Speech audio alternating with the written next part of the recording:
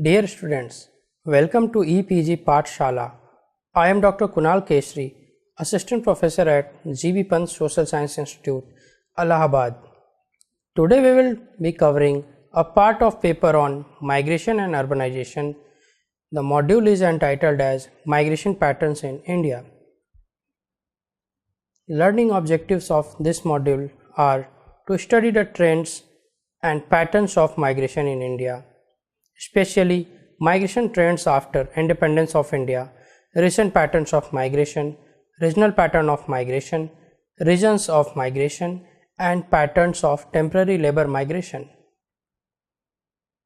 Kingsley Davis in 1963 argued that migration is an adjustment to deal with the depletion of exhaustion of local resources caused commonly by population increase. It may be a response to a number of push and pull factors which have a plethora of reasons behind it. Migration is now recognized as an important factor in influencing social and economic development. It has been defined in many ways by different scholars. Migration is the crossing of the boundary of a political or administrative unit for a certain median period of time, according to UN. Improvement in economy and technology are increasing the flow of migrants in the globalized world. The flow, though, varies across countries, but the determinants of migration are more or less the same. India is a country with a long history of international as well as internal migration. Still, volume of migration is traditionally low.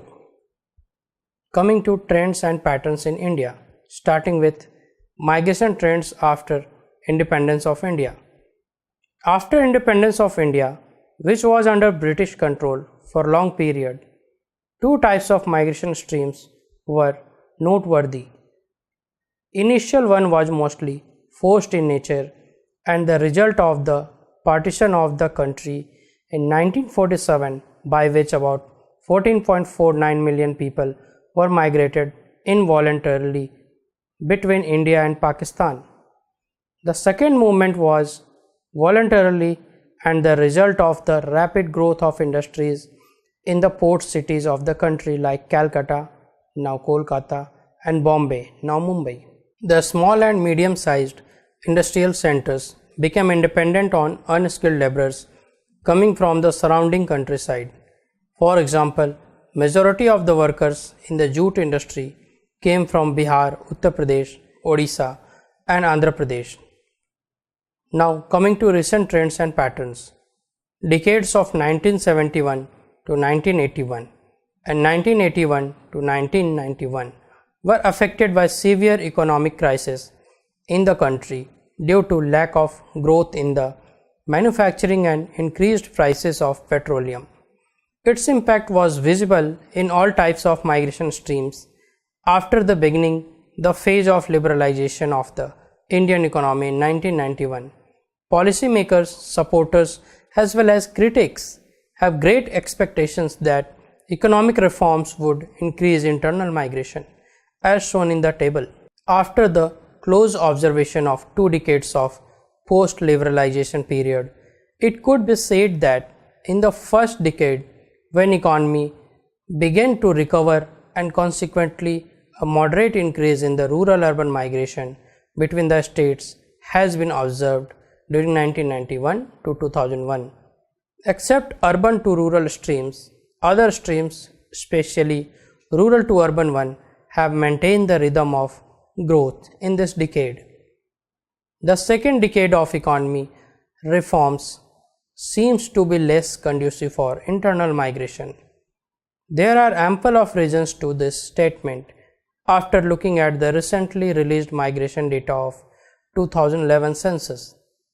About 453.6 million persons, that means 37.5% of Indian population, consist of migrants which are settled in the place of different residence from previous place of residence. In 2001, figures stood at 314.5 million, which is 30.6% of Indian population. It results in a significant increase of almost 7% in the last decade in the proportion of migrants. Additionally, we observe marginal growth in the rural to urban migration streams of 0.3% and growth of 7.4% in urban to urban stream of interstate migration during 2001 to 2011 as shown in figure. Regions of migration are very important part of patterns. It is important to mention that lesser Indians are now migrating for work or employment related reasons. 10.2% as per census 2011, which is a steep decline from previous decades figure of 14.4% as shown in figure. This may be due to influence of employment guarantee scheme of government like Manrega. However, it is yet to be examined taking into consideration of other factors also. In 2011, most of the migrants, around 71%, were female. Most people, 49%, migrate for marriage. Interestingly, 69.7% women migrated for marriage in 2011, which is almost 4% higher from previous census of 2001, that was 65.9%. It is important to note here that employment or work related migration has been declined among women also, as it was 3.2% in 2001 and during last decade, means census 2011, it is found to be 2.4% only. Now coming to regional pattern of migration. According to census 2001, results on net migration based on migrants by last residence, it is found that during 1991 to 2001, Maharashtra stands at the top of the list with 2.3 million net in migrants, followed by Delhi with 1.7 million, Gujarat 0.68 million and Haryana 0.67 million. On the other hand, Uttar Pradesh with minus 2.6 million and Bihar minus 1.7 million were the two states with largest number of net out migrants migrating out of state. There is no doubt that the interstate mobility has considerably increased during 1991 to 2001, coinciding with the Indians' economic liberalization program initiated in 1991. Figure 3 shows that the net migrant flow at the state level with duration 0.9 years based on the place of last residence in 2001 census. The net migration is mainly found in the developed states like Punjab, Haryana, Maharashtra, Gujarat and Delhi, where pull factors are stronger. These states attract population from almost all the states. On the other hand, most of the remaining states are net out migrating, but not all of them are poor states like Kerala. Now coming to pattern of temporary labor migration in India.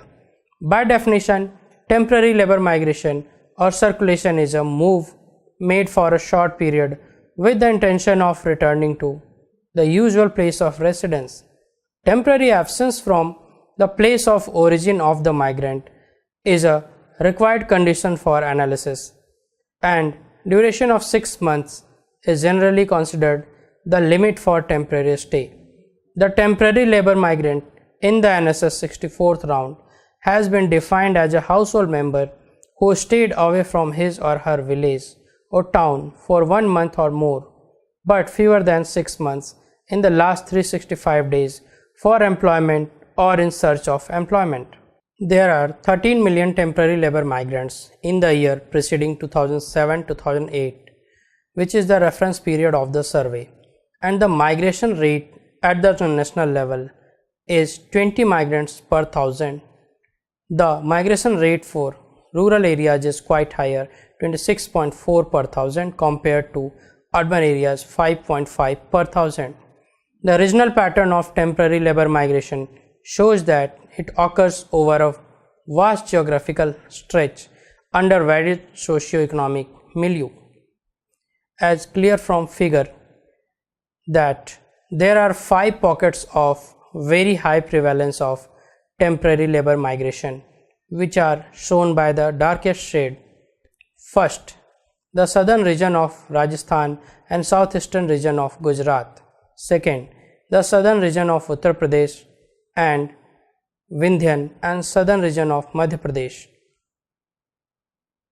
The largest pocket of temporary migration in India lies in the eastern India, consisting of northern and southern regions of Bihar, Hazaribagh Plateau of Jharkhand and eastern plains of West Bengal. Fourth, the southeastern part in southern Odisha. Fifth, Nagaland represents the last center of high prevalence of temporary labor migration. Temporary labor migration is a survival strategy of the rural poor in India, with such migration being more prevalent in the country's northern and eastern states. It may be inferred that temporary labor migration in India is mainly distress driven and poorer people migrate for employment from backward regions irrespective of the level of economic development of the state concerned. So far, we have learnt that internal migration is historically low in India. However, recently it has increased significantly in the last decade. Employment related migration has also declined among male and female. It is important to note that marriage migration is main feature of women's migration in the country, and women dominate in all forms of migration, especially rural to rural migration. Temporary labor migration is a survival strategy of the rural poor in India, with such migration being more prevalent in the country's northern and eastern states, and its character is different from permanent or semi-permanent migration in the country. Questions. Describe the recent trend of internal migration in India. What are the main reasons for migration? Is there any variation in regions related to migration pattern in India by sex? Which regions have higher intensity of temporary labor migration? Explain. Thank you, students.